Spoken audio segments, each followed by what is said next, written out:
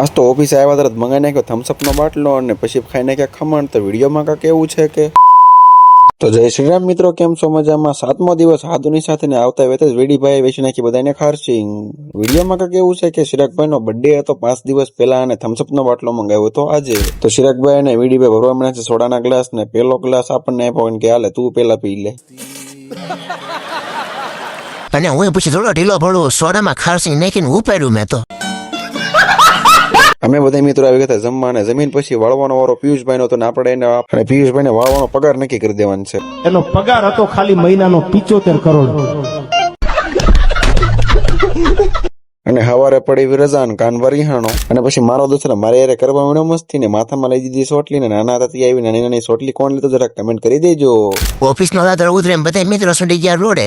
અને પછી મારો ભાઈ બને આવી ગયો તો મારી યારે ગાડીમાં ને અમે જાય છે સીધા અત્યારે માતાવાડી અમદાવાદ ને એલોન ખમણ ખાવા માટે. અને દુકાને પગીને કાન ભાઈ અમારો 2 કિલોનો ઓર્ડર આપતા જ આપણા ખમણ થઈ ગયા રેડી ને આ બાજુ આપણા મિત્રો ઉભા છે બધા. અને પિયુષભાઈ ઉપાડ્યા ખમણ ને પછી બોલાવી ખમણમાં બાકા શીખી.